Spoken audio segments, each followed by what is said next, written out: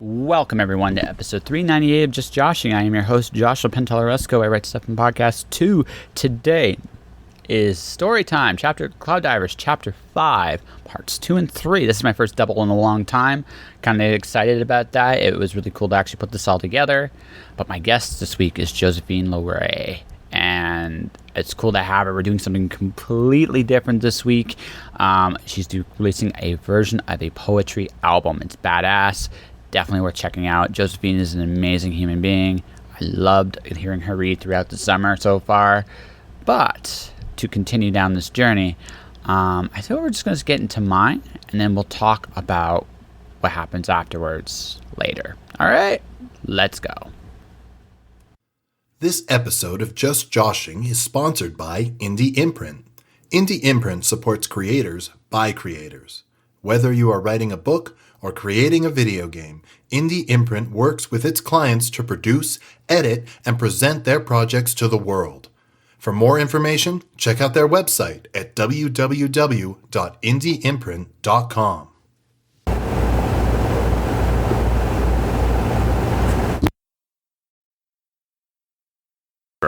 Level 1-5, Chapter 2. Feed VoidLife. D_truth at the truth is out there, unverified account. At Y Jerusalem. How did I get the footage? Let's just say I have friends in low places. To my disappointment, the inside of Solution appeared to be very much like the VoidLife parking lot. There were no yellow streaks to mark parking places, and the concrete had been cracked and open like a sea of scattered craters. It was as if I had landed on the moon. One small step for Atlas and Gunblade, one giant leap for Johnny. Deep breaths. My fear I turned to nervousness all of a sudden. It felt very familiar as I walked with them to the entrance. Graffiti decorated the walls. Some of the language was quite colorful, and there were various 4- and 5-letter words plastered. There was a phone number for someone named Kathleen, who was apparently always ready for a good time. So were Dave, Stephen, and Chelsea as well. Good times for all, I guess. One particular line decorated the whole area around the door. It was clearly more recent than the rest of the graffiti and was painted in dark obsidian over the gray haze. What is that? I asked above. Something worth remembering, Gunblade said. When I came here, I found that quote somewhere and it resonated with me. I had it painted in here. It's Latin. Te ment nose, Alice said. It means know thyself. Know thyself. Reading the incantation formed questions I had been avoiding since my escape. Funny part was that I had not the faintest clue at this point. Who was I when I wasn't working for VoidLife? What was my purpose? Something dark and hollow echoed in my soul, and it made me nervous. The door led to an abandoned lobby. Litter cluttered the ground, and the dust balls seemed to rise and form a collage of animals and vegetables. It made me sneeze out minerals. This physical stuff would take some getting used to. Dirt and dust. I shuddered. This building is a work in progress, Atlas said. We walked into the large room that had clearly been in use recently. Chairs, comforters, and coffee tables were splattered across the room, but they all appeared awkwardly small for this room. They seemed like tiny specks to a much larger emptiness. Food, what remained of it anyway, was scattered all over the ground. There were shelves with open books on them along the walls. A few of the paperbacks were on the ground and disarray around them. Whatever had gone on didn't feel that long ago. As we walked by, I caught a glimpse of a shiny metallic blade on the couch. Whoever had been here was in a hurry to leave and had left behind a toy. I pointed at said toy and the two of them shrugged. So did that mean I could pick it up? Do I pick it up? I shook my own head. Me with that kind of toy could only end in disaster. Did these people work with Gunblade and Atlas, or were there other occupants in the building? We approached the elevator and marveled at the similarities between this elevator and the one on the tower. It was as though the elevators all came from the same blueprint and background. The buttons and sound effects were exact replicas of the tower. The only difference was the white rabbit painted on the wall, winking at us as we stepped in. Once inside, and the rabbit winked at us the whole way up. I wish I were in on the joke. The elevator ding, and I heard two magic words that changed my life forever. Oh, baby! In all fairness, these words tend to change all our lives at one point or another. Gunblade and Atlas groaned. We weren't gone that long. Gunblade whined. She actually whined. She gets bored far too easily. Why am I the adult here? Atlas groaned. The elevator door opened. I saw a woman wearing no shirt doing her best to look as provocative as possible on a monitor gazing in her direction. A monitor that was bigger than my window at VoidLife showed a very old man sitting at a desk, hands invisible to the eye. He was completely mesmerized by her, as was I. She commanded the camera, smiling and giggling. She was having a good time. Keep smiling for a few more seconds. I hadn't noticed there was even someone else in the room. I glanced away from the show in front of me to take a look at the man operating a laptop while she worked. He was clattering on his keys on the keyboard. I'd never seen a laptop like that. It looked like an ancient artifact from another time, and look closely, so was he. He was wearing black shades and looked like some kind of monk. He was sitting there all serious, making a conscious effort not to look at her. My brain at this point was turning to mush. She's so pretty was the only phrase my mind could process at the moment. I needed to sit down or find a cigarette. Yeah, definitely a cigarette. She was so coy and cute and smiling and playful, and then suddenly the guy at the laptop grinned like a madman. Got it, he said, and all her cute playfulness ended, replaced by a hard, cruel demeanor. I felt I had been led into a web. Miraculously, my brain turned back on as my blood flow restored itself some kind of normalcy. The giant screen of the dirty old man vanished, and she was busy putting her shirt back on. While she buttoned her clothes back on, she fumbled the pack of said unicorn for a cigarette. She pulled one out from the pouch and stuck in her mouth. A lighter lit up. You really shouldn't be doing that, Alice Marr. Smoking, she said. I know, terrible habit. Yelena, look, Yelena said, taking a moment with a puff of long drag from a cigarette. This is what I do. I'm good at it. After all, we're all what we're made to be. I got a groan from the man at the laptop and a frown from Gunblade. The way his wire were drawn for just a second made me pause. Who's this? Yelena turned her attention to me for just a second, eyeing me up and down. Scared little rabbit, isn't he?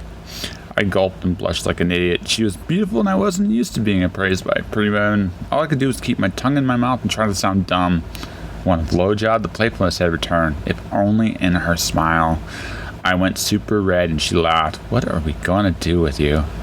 What you always do, just sigh and groan and tell me what a bad girl I've been. She stretched cat-like and continued. I, on the other hand, will do good things with said bad impulses. Yelena turned to the operator. So, what goodies did you get? She put out the cigarette and put it in the trash. The old man was, as you expected, into some very nasty things, Laptop replied. How'd you know he was behind the ring? Ring? Lots of children been coming out of their damage, she answered him. A few calls to a few good friends confirmed his more direct appetites. I shuddered when she said this, and not the cold, dead stare in her eyes. I had been shot at and had my life threatened, but I wasn't a kid. I didn't even want to know. The usual note? Laptop asked, the nastier one. It takes someone special to make my skin crawl. She once again appraised me, and then there was nothing playful about it. Who is he really? The diver? Gunblade answered. This creature is a diver? Laptop looked at me like a scientist inspecting a new sample. There was a requisite polite interest in the shiny new toy in the room, but that was all. Yelena's glance was more curious. She had started smoking another cigarette process, but was studying me, sitting on the table cross-legged. He seems alright, she concluded, and stood up. We're training him. Alice squirmed. Who's training him? Laptop asked. I am, said Gunblade. The fought the urge to gulp. Beatings of the mammoth variety came into my brain like some kind of lucid apocalypse, and I wanted no part of it. Oh, you poor man.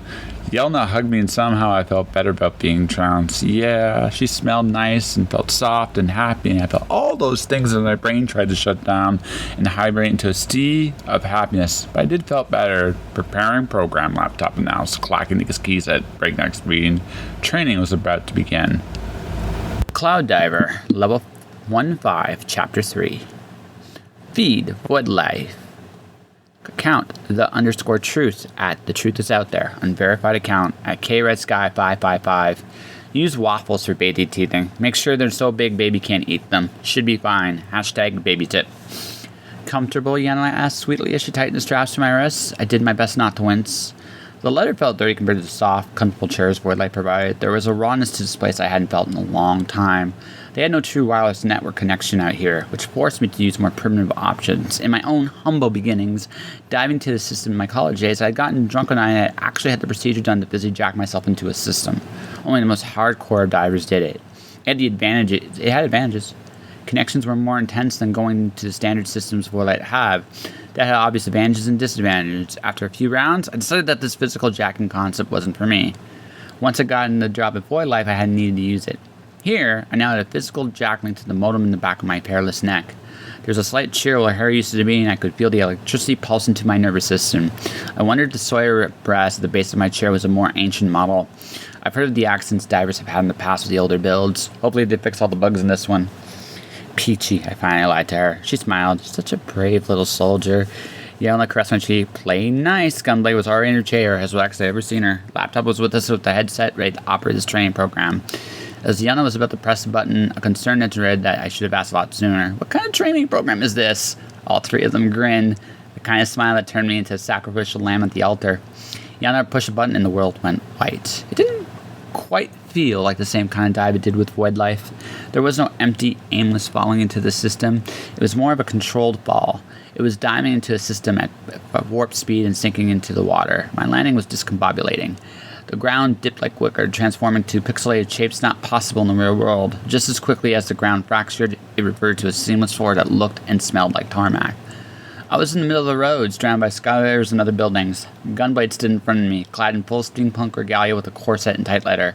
Her hat covered her eyes as the sun shone down on us. You've caused me a great deal of trouble, she growled. I guess. What do you mean, I guess? You created the 13th floor somehow. I just followed you. She chuckled. Timing is everything. How did you escape? I asked. Escape? She was confused with this. The giant, I reminded her. I thought he'd kill you. Gunblade took out the cue rob and rolled the cue in her hands like a die. She was pondering it, seeming lost in thought before turning her attention to me. A toy from the lost age. Each side is unique, programmable. I littered them all over the cloud, and they map out and show me the system's secrets. What did you think the cloud was again? I thought it was a library, I answered, feeling sheepish. A library? She blinked. Interesting metaphor.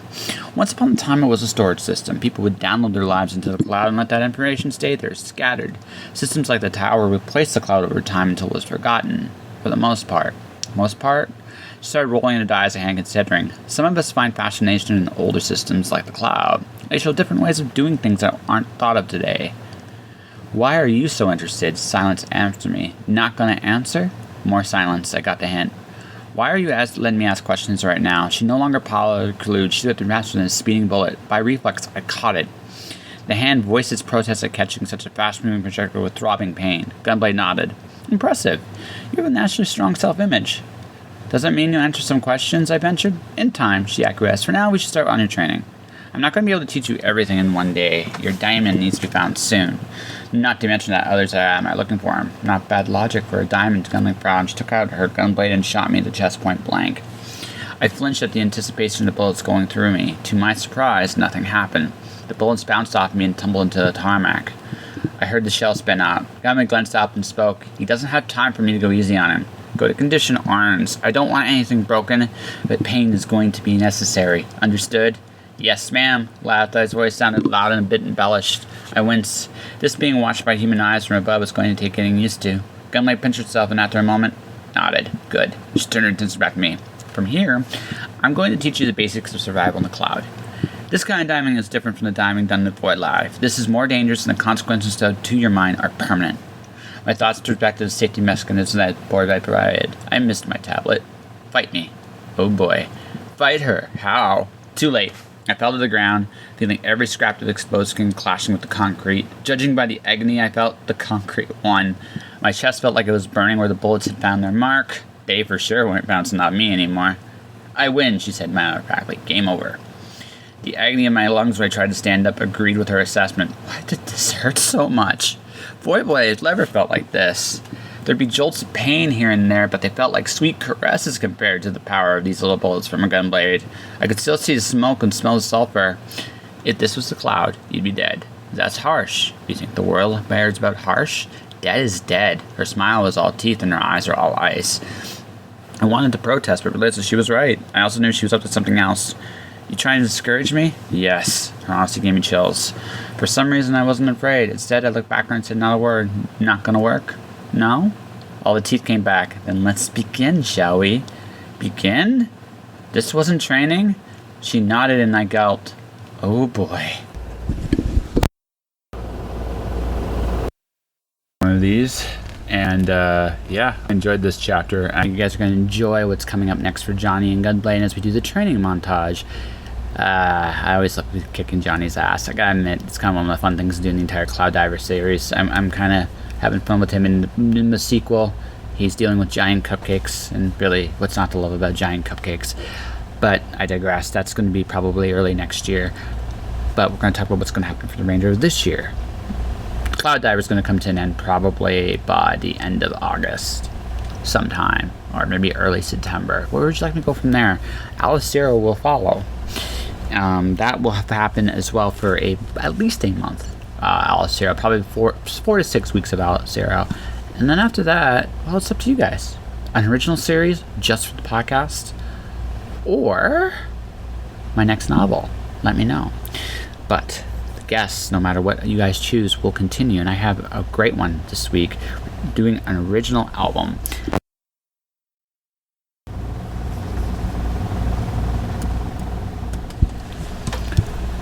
A Pearl Among Diamonds, Josephine LoRe's poetry has been published worldwide. She has the Unity and Cowichan series, which she's done, but her works have also appeared in anthologies and literary journals around the world: Canada, United States, China, Japan, France, and India, to name a few.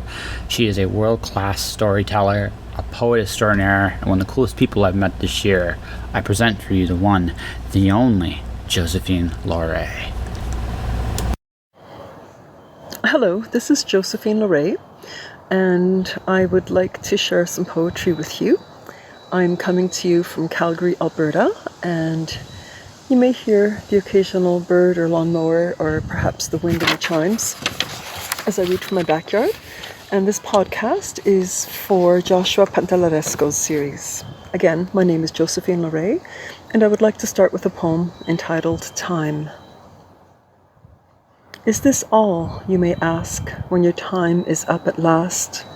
When your time to live has passed, and you leave the shell behind? Is that all? Is it time?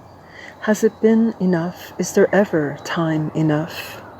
Time for lazy sleep-ins and homemade hollandaise. Time to walk the dog and allow the cat to have its nap curled up upon your lap. Time for playing cards and making roast and memories and love and poetry. Or do we just allow time to push us along from one moment to the next? Do you hold your lover in your mind as sweet agony turns into even sweeter ecstasy? Do you let your lover linger in your arms? Do you lay in the warm afterglow and follow the rhythm of his breath to the watery timelessness of dream? Can you stay time, resist the lull and the pull, and not drift off to sleep? Is there time enough for words, for the gestures that know no words, for the things that must be said, and the things you wish you'd left unsaid? Were we so wrong when we were young to think there would be time enough? The babe I held to my breast is now a man, and I see my own father, barely able to stand, a machine in his chest, keeping time for his now failing hearts. Is it true then that the whole of our lives, our time upon this earth, can be reduced to a single space upon a marble slab, the dash between the day of our birth and the day of our death? We cannot make time, we cannot stop time, rewrite time, recapture moments past or moments lost. I lay there in your bed last night and listened as your body and your breath moved from ecstasy to dream. I resisted the lull and chose instead to hold you for one small eternity, to hold onto that one sweet moment in time. Thank you very much. This poem, Time, has not been published yet, but I did read it at a performance called Unspoken, and it was produced and arranged and curated and orchestrated by Calgary poet Miranda Krogstad. And Miranda had our poems presented for the community of the hard of hearing. So while I read, and I was backlit behind a screen, so I was silhouetted only, my words were projected onto a large screen, and they were interpreted by a woman in American Sign Language. I'm going to stop there as I prepare my second offering. Thank you. In the second section, I would like to share with you some haiku and some tanka, which has been published. The difference between the two, I think people are more familiar with haiku. Haiku is typically 3 lines and a maximum of 17 syllables, 575, and it's a form that comes to us from Japan. Tanka predates haiku by about 1,000 years. It is 5 lines, and typically in Western culture, this count of syllables is 57577. So the first piece was published by Haiku Canada in their anthology Wordless. Constellations, stars stitched together by a thread of memory. Moon out my window playing hide and seek in nighttime spruce. By the moon's soft light, I connect the stars that reach from me to you. That was a 2017 anthology. From the 2018 anthology, Nothing is the same the moment after the sun slips into the sea. 2019, this was the Haiku Canada conference that was held in Vancouver, the Sea to Sky conference.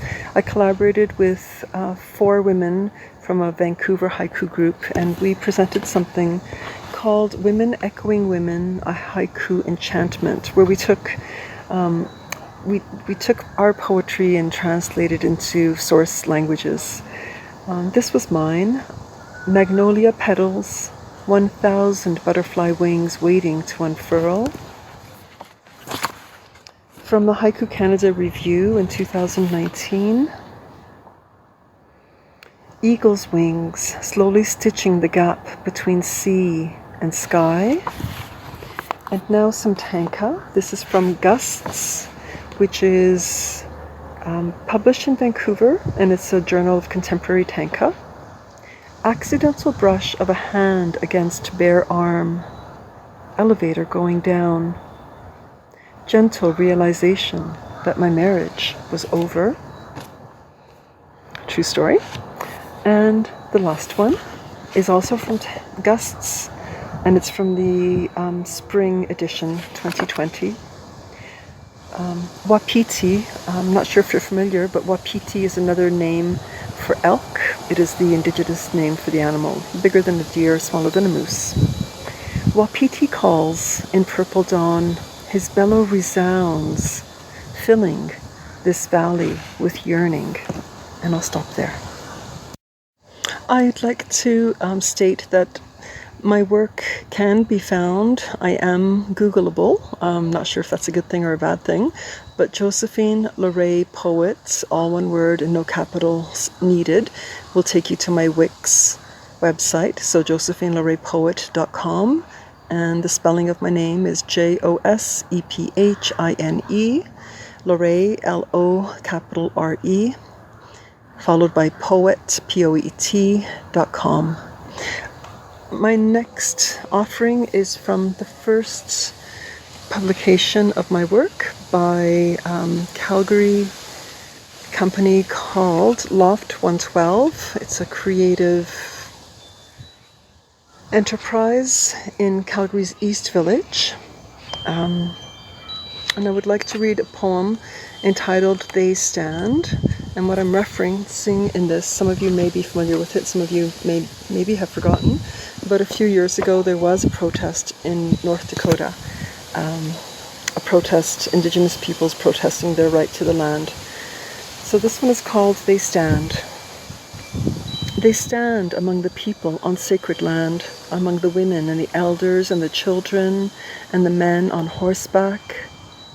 They are one among them, but these are not their sacred lands, not their women, not their elders, not their children, not their men on horseback.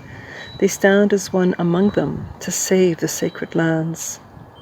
They are fearless, they are strong, unstoppable, and when the call came for help, the call for healers, they gathered up medicines, milk thistle seeds, burdock, dandelion, angelica, elderberry, and went to stand on sacred lands with the women and the elders and the children and the men on horseback.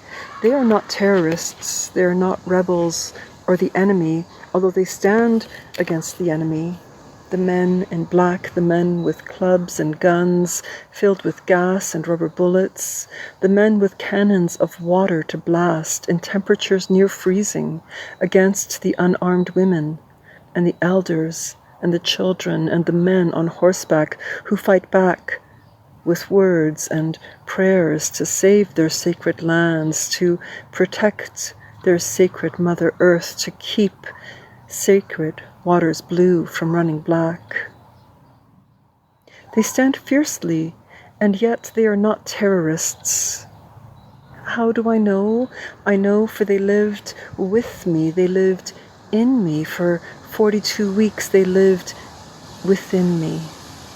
And the doctor listened to the heartbeat and told me it was a boy, and I felt the stirrings deep inside me, and I thought you were a girl, and we were both wrong, and we were both right. For you are both, and you are one, and now you stand. You stand on sacred earth among the women and the elders and the children and the men on horseback, and you try to save the land, the sacred land, and you stand.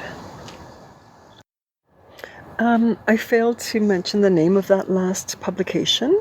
The chapbook is called Unity, and it is available from Loft 112. The next pieces I'm actually not going to read to you because they were put to music by my collaborator, Jim Jackson. They come from my publication, The Cowichan Series, which was published just over a year ago, 2019. And I was thrilled that it made the Calgary Herald bestsellers list. It was number 1 on the bestsellers list in July of 2019. And there are 2 pieces that I'm going to share with you. Again, it's my voice, Jim Jackson's music. He arranged and played all of the instruments. And the series, again, is called the Cowichan Series. Cowichan is a valley on Vancouver Island off the west coast of Canada. And there was originally the lands that belonged to the Cowichan people. I had gone out there for a writing retreat. So hope that you enjoy the 2 selections. The first one is called Saturday Afternoon Jam. The second is called Secrets. The book, the Cowichan Series, is available for sale on Amazon. And the CD, the Cowichan Series, which is all of the music with my reading of the poetry, is available on Bandcamp. And again, information for all of this is on my website. Thank you.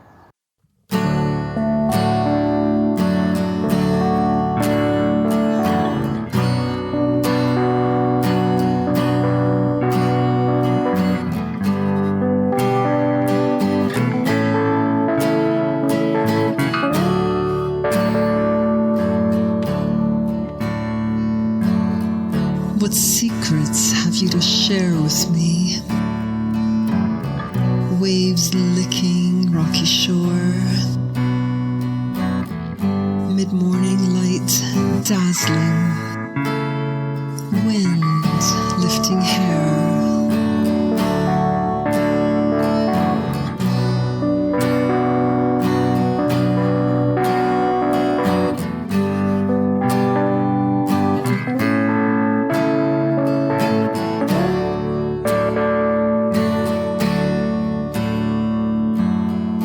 What stories have you to tell me in this language heard only by the soul? My breath matching the rhythm of these wavelets breaking at my feet.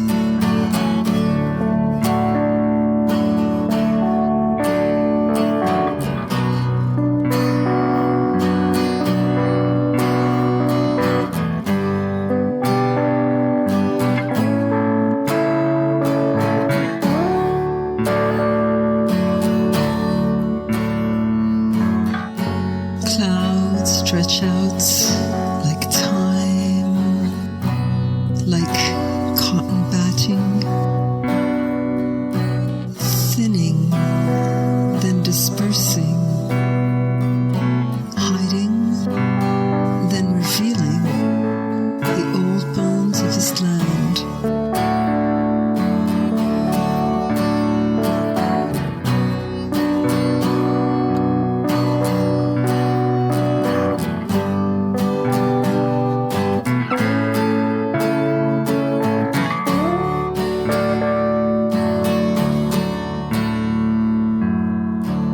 What song have you to sing to me?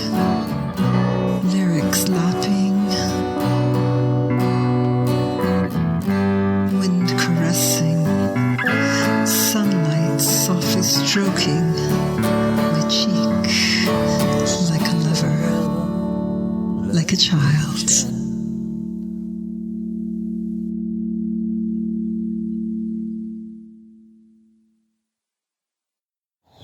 Just to stay with Jim Jackson for a moment, the first time I collaborated with Jim Jackson was on the launch of his premiere album called The Flypaper Motel, and in the true sense and spirit of collaboration, Jim asked a number of Calgary artists and poets and musicians to celebrate the launch of his album by contributing pieces. So I based my poem on the title of his album, which was The Flypaper Motel. She was 6, maybe 7, unbuckled, backseat of a Catalina, John Coltrane on the radio, the first time that she passed it, the Flypaper Motel. Words suspended mid-sentence, mother's eyes averted, father's look lingering, longing, as it receded to nothing in the rearview mirror but a speck on dry horizon, the Flypaper Motel. And there it remained, an insect caught in the cobweb of her memory until she ran away from home at 16, maybe 17, the year her mother died. She hitched a ride, mascara smudged, army surplus bag slung, destination inconsequential. Cold rain on bare shoulder, she climbed into the cab of the hauler, bulldog on Mac hood, desperado on the radio as the driver placed a calloused paw on her bare-bone knee, told her he needed to pull over, get some sleep at the Flypaper Motel. He didn't look at her at all, and later, as she lay awake, eyes open, unfamiliar slime between her thighs in the blinking neon light, she knew she'd paid her way that night, though she didn't have a dime, at the Flypaper Motel. She's back there now, I've heard, 26, 27, grabbed her kid and threw the hamster in its cage into the back of the Dodge Monarch. Didn't leave a note, just hit the open road, windows down, Sheryl Crow on the radio. She would look for a job, waitressing or hairdressing or something, change her name, whatever it took to get beyond the range of his long arm, his sharp tongue, his stinging hand, start over at this forgotten place on a road nobody took anymore, this unnamed road going nowhere but the Flypaper Motel. We will change tempo and mood right now, and I would like to share a poem called The Tea Set. The Tea Set was shortlisted in 2009 for the Room Poetry Prize, and Room is a Canadian journal of poetry that comes from the West Coast. The Tea Set. I opened the box. It wasn't for me, it was for the kids, but which kids, Grandma? And could you have known there would be no room in their lives for bone china?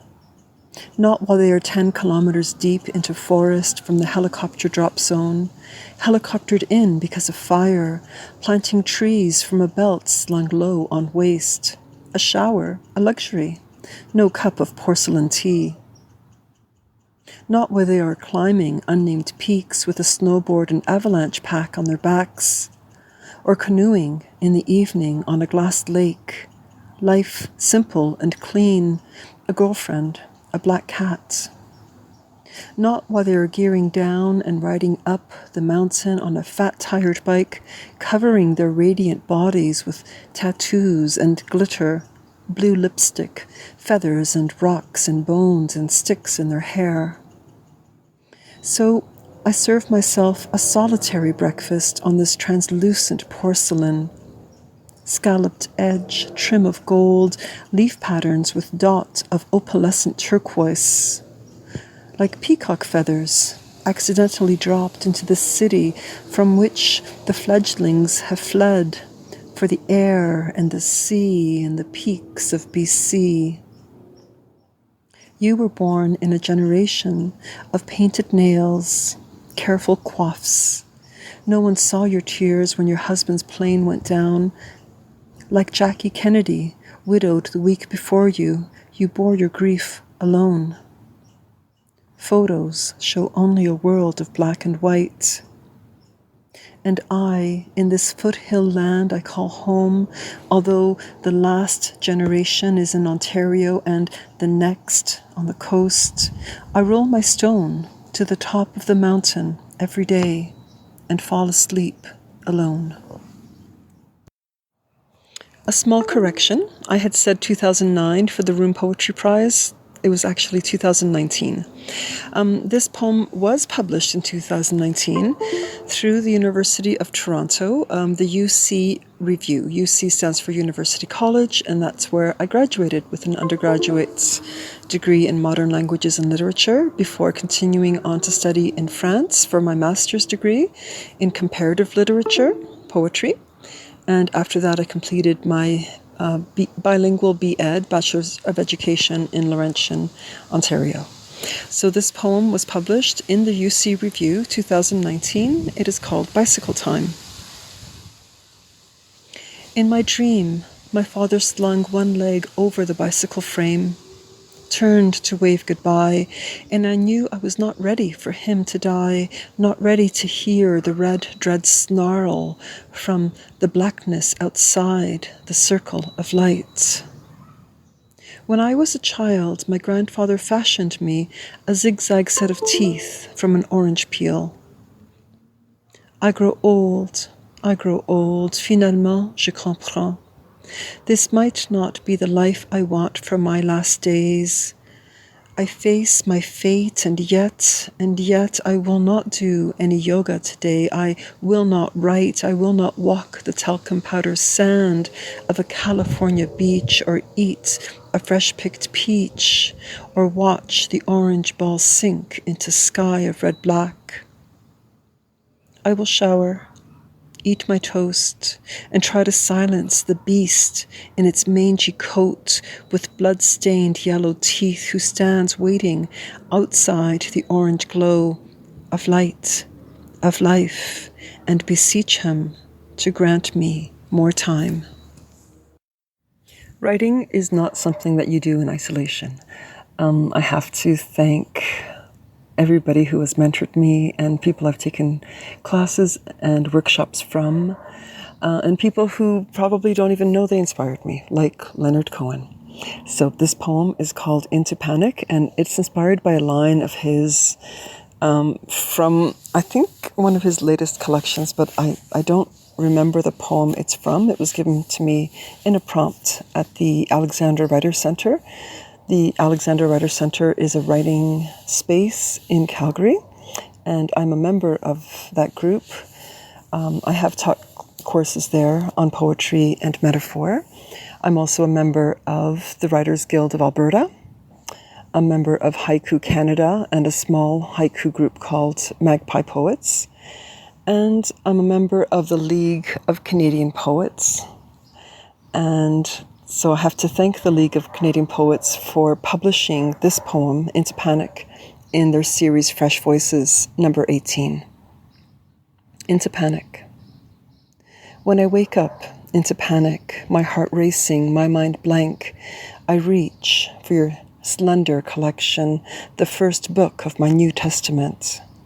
Open at random, certain that you, and the nameless gods of revelation will know what I crave. Like a cigarette, I strike a match to your words, inhale deep, letting the burn light a path to my stone soul. Your voice gravelly smooth, like a hand sliding between silken thighs, like tulips picked too early, set in a tall blue vase in a southern window. I watch and wait for warmth and water to coax them into bloom. The next piece is called The Winds. I found out just yesterday or this morning. Time's got this funny way of curving in COVID, doesn't it? But anyways, I just found out that The Winds will be published as part of the Calgary Public Library short edition dispensary. So it basically operates like a machine for dispensing candy or cigarettes. I don't know if they still have those, but you push a button and you request a 1 minute, 3 minute, or 5 minute read, and something gets spat out at random.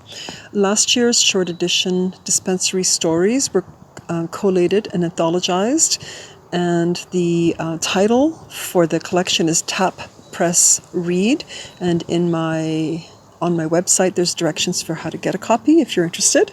This one is called The Winds, and it's actually part of a new series of poems which I am preparing based on my Sicilian heritage. The manuscript does not have a title yet, so I'll just call it the Sicilian manuscript for now. And I would love to be able to get that collection of poems put out, not just as a chapbook or a small collection, but as a full-length a full-length manuscript. The Winds. Where foothills snuggle rocky peaks, winds blow mercury from 20 below to 13 above in a single day. Our city duvade. Blue sky under silver arc cloud, winter reprieve. Snow eater, the people call it, the Picani, the Kainai, Siksika, Chinook. Whereas on that salt-surrounded island of my parents' birth, wind blows north from immense Sahara, intensifying summer heat, a sheet of red sand falling with moisture drawn from Mediterranean. Blood rain, Sicilians call it, Scirocco. My Calgary sleep disturbed last night, red sand falling across the face of my dreams. And speaking of COVID, because how can you be alive in 2020 and not? I would like to end with two poems that are COVID inspired. The first is actually the first COVID based poem that I was able to write. I think I was stunned for a little while. And then I started to see images on the news, and then something happened here in Calgary. And it was almost like the dam broke. And after this piece, I was writing every single day. This one is called 6 Feet. Police tape on the stairs of slides, on swings, a cortege of army trucks, each filled with the dead.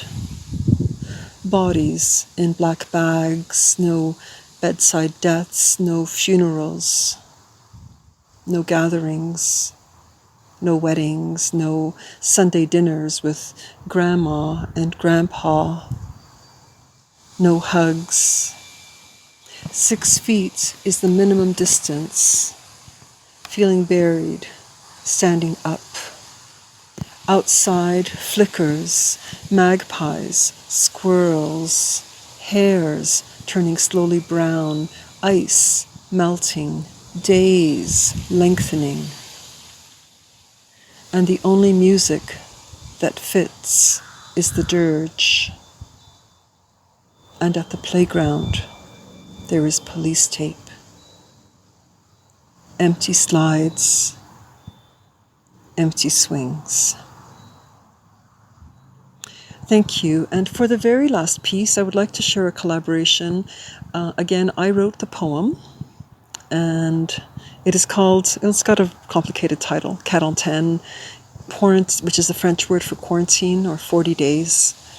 and it's another initiative where I reached out, and Jim Jackson and I put something together for something really cool in Calgary, which is called Indie YYC. Indie for independent, YYC because that's our city code. So one day, if the world is back to some kind of new normal and it's healthy and safe, and you might fly into Calgary, the YYC is the airport code.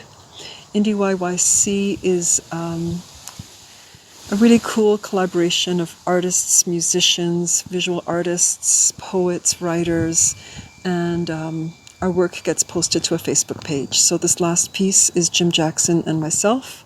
Many thanks to Joshua. Many thanks to you all for listening to this podcast. And please refer to my website if you have any questions. There is a link if you want to get in contact with me. You can also find me on Facebook at Josephine LoRe. There might be more than one, but I'm the writer, I'm the poet, and thank you so much. And that, ladies and gentlemen, was Josephine LoRe. I actually included a little link to a performance she did with Jim Jackson. You heard a little bit of what they did together with Secrets. You can actually now see it. You can see it in the link below. Click on it, watch it. Josephine is an amazing performer, and I'm thrilled to get to know her during this time. It's been a lot of fun, and Josephine, from me to you, thank you very, very much for everything you've done. So she's got stuff with Jim Bandcamp. I'm going to pass links so you can support her work that way as well.